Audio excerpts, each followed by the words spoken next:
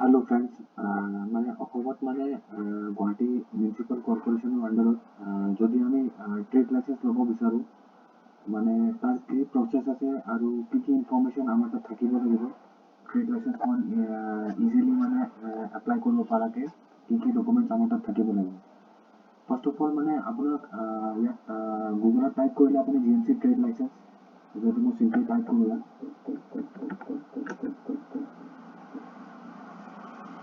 যোনটো trade license G M C trade license আছে সেইটোত যাব লাগিব ছেকেণ্ডৰ যোনটো শ্ব' কৰি ইয়াত গ'লে আপুনি এনেকৈ এটা পেজ আহি যাব আপোনাৰ গুৱাহাটী মিউনিচিপাল কৰ্পৰেশ্যনৰ মানে ফাৰ্ষ্ট অফ অল মানে ফাৰ্ষ্ট ষ্টেপ হৈ গ'ল আমাৰ কি to obtain a new trade licence trader must obtain the property's owner G M C holding নাম্বাৰটো আমাৰ তাত থাকিব লাগিব। মই লিষ্টখন আপোনাক দেখাই আহিছোঁ। আকৌ আমাক ইয়াত নতুন ট্ৰেড লাইচেন্সত এপ্লাই কৰিবৰ কাৰণে এপ্লাই ফৰ নিউ ট্ৰেড লাইচেন্সত ক্লিক কৰিব লাগিব। তাৰপিছত আমাক ইয়াত হোল্ডিং নাম্বাৰ এণ্টাৰ কৰিব লাগিব। তাৰপিছত আকৌ আমাক কোডটো এড কৰি চেট হোল্ডিং নাম্বাৰ কৰিব লাগিব। চ' ফ্ৰেণ্ডছ মানে জি এম চি ট্ৰেড লাইচেন্সখন এপ্লাই কৰাৰ আগতে মানে আমাক কিছুমান ইনফৰ্মেশ্যন আছে সেইবিলাক আমাৰ তাত থাকিব লাগিব। মই এটা লিষ্ট এটা ৰেডি কৰিছোঁ সেইবিলাক ইনফৰ্মেশ্যন আপোনাৰ তাত থাকিলে মানে আপুনি ইজিলি মানে ট্ৰেড লাইচেন্সত ওৱান ছেটিঙত আপোনাৰ হৈ যাব মানে। ত' ফাৰ্ষ্ট আপোনাৰ জি এম চি হোল্ডিং নাম্বাৰখন লাগিব। তাৰপিছত আপোনাৰ বিজনেছ টাইপ কি থাকিব, বিজনেছ টাইপ মানে প্ৰপাৰ্টাৰশ্বিপ পাৰ্টনাৰশ্বিপ মানে সেই হিচাপত আপোনাৰ ডকুমেণ্টছবোৰ মানে ৰিকুৱাৰমেণ্ট হ'ব।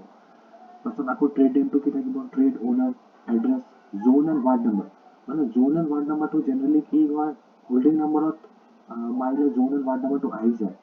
কিন্তু যেতিয়া আমি ট্ৰেড লাইচেন্সটো এপ্লাই কৰিম তাত যেতিয়া আমি মানে জ'নটো চিলেক্ট কৰিম সেই হিচাপত ৱাৰ্ড নাম্বাৰটো নাহে মানে। ত' আমাক মানে মেইনলি আপোনাক এইটো পিনক'ড দিয়ে চাব লাগিব। মানে জি এম চি হোল্ডিং নাম্বাৰত যোনটো zone and ward number show' কৰি আছে আকৌ আমি সেইটো যদি ট্ৰেড লাইচেন্স এপ্লাই কৰাৰ টাইমত জ'নটো চিলেক্ট কৰোঁ এই ৱাৰ্ড নাম্বাৰটো সেইটো নাহে মানে। তো সেইটো আমাক পিনক'ড দি মানে সেইটো চাৰ্চ মাৰি পেলাই আমাৰ তাত ৰেডি থাকিব লাগিব। আকৌ লাইচেন্স টাইপটো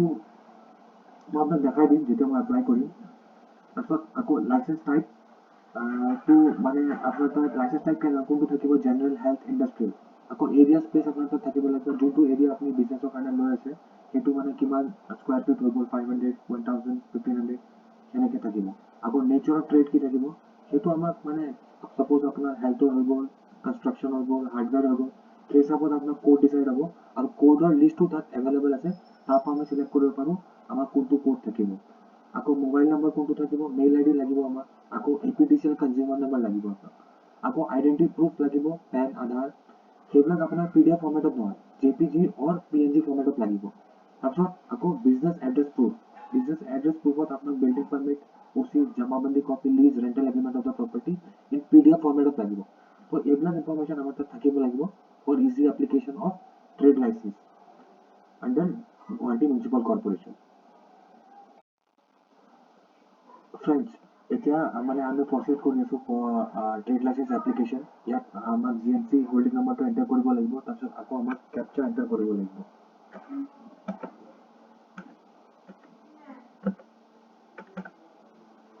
আকৌ যদি মই চাৰ্চ হোল্ডিং নাম্বাৰ কৰোঁ এতিয়া মোৰ ইয়াত ডিটেইলছবোৰ আহি যাব property owner name holding assessment number zone and ward number ইয়াত আহিব। জ'ন এণ্ড ৱাৰ্ড নাম্বাৰ যোনটো হোল্ডিং নাম্বাৰ পৰা আহি আছে ইয়াত জ'ন আহিছে চেণ্টাৰ আকৌ ৱাৰ্ড নাম্বাৰ আহি আছে 9। এতিয়া মই কনফাৰ্ম এণ্ড প্ৰচিডত যাব লাগিব। কনফাৰ্ম এণ্ড প্ৰচিডত যোৱাৰ পিছত মোৰ এনেকৈ আহি যাব ষ্টাৰ্টিঙত এতিয়া কিবা ইনফৰ্মেশ্যন দিয়া আছে নোটৰ কাৰণে there is a 100 rupees application fees 100 rupees application fees থাকিব আপোনাৰ আকৌ only health trade license require inspection fees of 300 rupees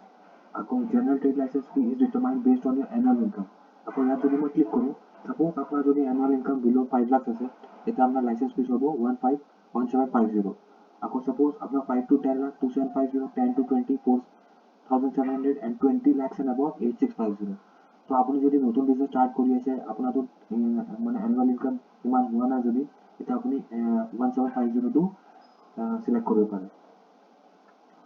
annual income enter কৰি আকৌ লাইচেন্স আপুনি যেতিয়া এনুৱেল ইনকামটো এড কৰিব বিল' 5 লাখ তেতিয়া আপোনাৰ ইমানে পে'মেণ্ট কৰিব লাগিব 1750। আকৌ ইয়াত G M C property assessment details আহি যাব আপোনাৰ owner name holding number property assessment number zone and ward number central and /9 ward number. আকৌ মই বিজনেছ টাইপটো মোৰ ইয়াত প্ৰাইভেট লিমিটেড কোম্পানী এজিঅ' পাৰ্টনাৰশ্বিপ যদি মোৰ ছাপ'জ মোৰ কেছত প্ৰপাৰ্টিশ্বিপ আছে মই প্ৰপাৰ্টিশ্বিপ ক্লিক কৰিলোঁ তাৰপিছত আকৌ trade owner name father age trade owner address trade owner permanent address এইবিলাক আপোনাক ফিল আপ কৰিব লাগিব আকৌ ছাপ'জ যদি মই হোল্ডিং নম্বৰ হিচাপত মই যেতিয়া ষ্টাৰ্টিঙত কৈ আছিলোঁ আপোনাক যেতিয়া হোল্ডিং নম্বৰ হিচাপত ইয়াত জোন চেণ্ট্ৰেল লাগিছে ৱাৰ্ড 9 আহিছে ছাপ'জ যদি মই ইয়াত জোনটো আপোনাৰ চেণ্ট্ৰেল চিলেক্ট কৰোঁ তাৰপিছত ইয়াত যদি ৱাৰ্ড নম্বৰটো 9 নেদেখায় মানে এইটো আমাক মানে পিন কোড দি আমাক চাৰ্চ মাৰিব লাগিব কোনটো জোনত আহিব আমাৰ কোনটো ৱাৰ্ড নম্বৰ হ'ব কাৰণ হোল্ডিং নম্বৰ হিচাপত ল'লে মানে জোন এণ্ড ৱাৰ্ড নম্বৰটো মেচ নকৰে সেইটোত মানে চবৰে কনফিউজন থাকে তো সেইটো আমাক পিন কোড দি আমাৰ কোনটো হয় সেইটো আমি পাই যাম সেই হিচাপত আমাক চিলেক্ট কৰিব লাগিব আকৌ ট্ৰেড এড্ৰেছ ৰোড নেম আকৌ লাইচেন্স টাইপত আপুনি গ'লে ইয়াত আপোনাৰ লাইচেন্স টাইপটো কোনটো থাকিব জেনেৰেল আকৌ এৰিয়া স্পেচ আকৌ নেচাৰ অফ ট্ৰেডত গ'লে মানে ছাপ'জ ইয়াত আপোনাৰ যদি ইয়াত ক্লিক কৰে আপোনাৰ এনেকৈ এটা লিষ্ট আহি যাব ট্ৰেড লাইচেন্স কোৰ্চ বুলি মানে আপুনি সেই হিচাপত আপোনাৰ চিলেক্ট কৰিব পাৰে আপোনাৰ ছাপ'জ কোচিঙৰ হয় তো ছাপ'জ যদি ইয়াত কোচিঙৰ মানে আপুনি ইয়াত আপোনাক আহি যাব 8846 ছাপ'জ মই ইয়াত 8846ত ক্লিক কৰোঁ ইয়াত মোৰ 8846 কোচিং এণ্ড এডুকেশ্যনত আহি যাব আকৌ মোক কণ্টেক্ট ডিটেইলছত নাম্বাৰ এণ্ড মোবাইল নম্বৰ লাগিব আকৌ এপিপিচিএলৰ কনজিউমাৰ নম্বৰ লাগিব তাৰপিছত আকৌ ইয়াত আপোনাৰ আপলোড ডকুমেণ্টছত কি লাগিব আপোনাক NOC form owner rent agreement grant receipt আকৌ এগ্ৰিমেণ্ট উইথ NGO এগ্ৰিমেণ্ট আমাৰ NGO নহয় কিন্তু ইয়াত আপলোড কৰিব কয় মানে আমি চেম ডকুমেণ্টছে ইয়াত আপলোড কৰি দিম আকৌ আইডেণ্টিটি প্ৰুফ আপোনাক মই আগতে লিষ্ট অফ ডকুমেণ্টছত কৈছিলোঁ PAN election voter ID driving licence Aadhaar card আকৌ বিজনেছ এড্ৰেছ প্ৰুফ এইবিলাক আপোনাক আপলোড কৰিব লাগিব আকৌ ইয়াত টিক কৰি আকৌ ইয়াত আপোনাক কণ্টিনিউ ফৰ চিকিউৰ অনলাইন পে'মেণ্টত যাব লাগিব ফ্ৰেণ্ডছ আমাক মানে ইয়াত এনুৱেল ইনকাম ফ্ৰম ট্ৰেড ইয়াত আমাক অপশ্যন দিয়া আছে মই যেনেকৈ আগত দেখাইছিলোঁ আপোনাক মানে বিল' 5 লাখ হ'লে আকৌ আপুনি ইয়াত বিল' 5 লাখ যেতিয়া চিলেক্ট কৰিব তেতিয়া আপুনি তলত যাই পেলাই গোটেইখিনি ইনফৰ্মেশ্যন ফিল আপ কৰিব তাৰপিছত আকৌ যেতিয়া আপুনি continue for secure online payment কৰিব তেতিয়া আপোনাক 1,750 plus 100 rupees application fees for general trade licence আহিব যদি ছাপ'জ ইয়াত আপুনি 5 লাখ to 10 লাখ কৈ দিয়ে তেতিয়া আপোনাৰ মানে ইয়াত যেনেকৈ ডিটেইলছ দি আছে 2750 প্লাছ 100 মানে 2850 আমাক আপোনাক পে'মেণ্ট কৰিব লাগিব সেই হিচাপত হ'ব আপোনাৰ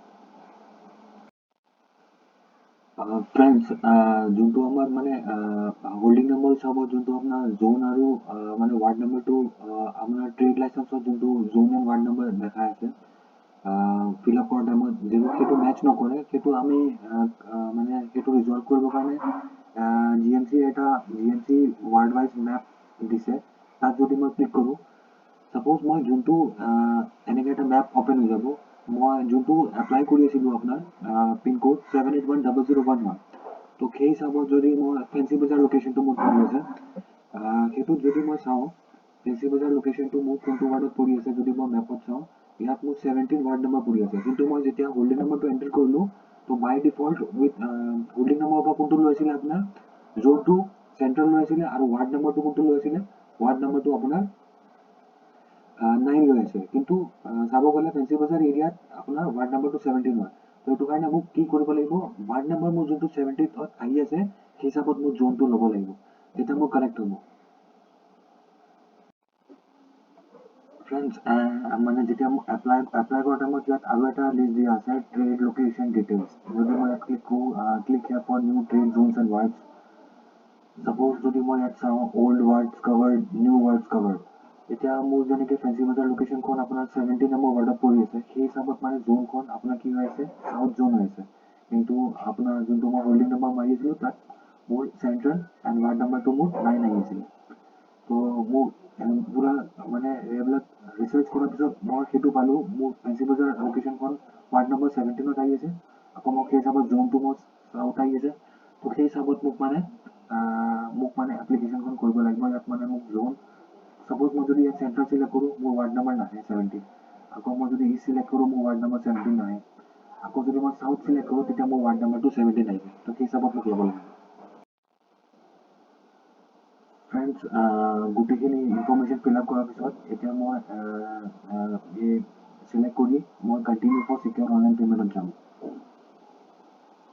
মানে যেনেকৈ মই আপোনাক দেখাইছোঁ মানে এগ্ৰিমেণ্ট এন জি অ' হিচাপত নহয়, agreement with N G auto আমাৰ একো নাথাকে। কিন্তু আমাক ইয়াত মানে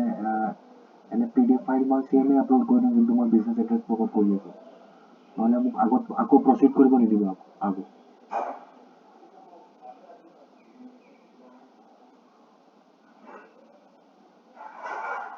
কিবা এইটো মানে the N G O' agreement field is required, তো এইটো মানে compulsory agreement with N G O'. কিন্তু agreement with N G O' related নাই, কিন্তু ইয়াত আকৌ আপলোড কৰিব কৈ আছে, মানে প্ৰচিড কৰিব নিদিয়ে। কিন্তু মই চেম ডকুমেণ্টছ আপলোড কৰি দিছোঁ ইয়াত। আকৌ ইয়াত মই continue for secure online payment ইয়াত আহি যাব। এতিয়া মই ইয়াত অনলাইন পে'মেণ্ট কৰি দিম। ফ্ৰেণ্ডছ, অনলাইন পে'মেণ্ট হোৱাৰ পিছত মোৰ গোটেইখিনি ইনফৰ্মেশ্যন আহি যাব। ইয়াত মই আকৌ ডাউনলোড ট্ৰেড লাইচেন্সত ক্লিক কৰিম, ট্ৰেড লাইচেন্সখন ডাউনলোড কৰিব পাৰিম। ইয়াত মই ডাউনলোড ক্লিক কৰিলোঁ। এতিয়া মোক আকৌ নাম্বাৰখন এড কৰিব লাগিব। নাম্বাৰখন এড কৰি আকৌ মোক OTP ল'ব লাগিব। ফ্ৰেণ্ডছ, আকৌ মানে আপোনাৰ মানে OTP এণ্টাৰ কৰাৰ পিছত আপোনাৰ ট্ৰেড লাইচেন্সখন ডাউনলোড হৈ যাব। তো friends, this is the whole process of applying for GMC trade licence. Thank you friends.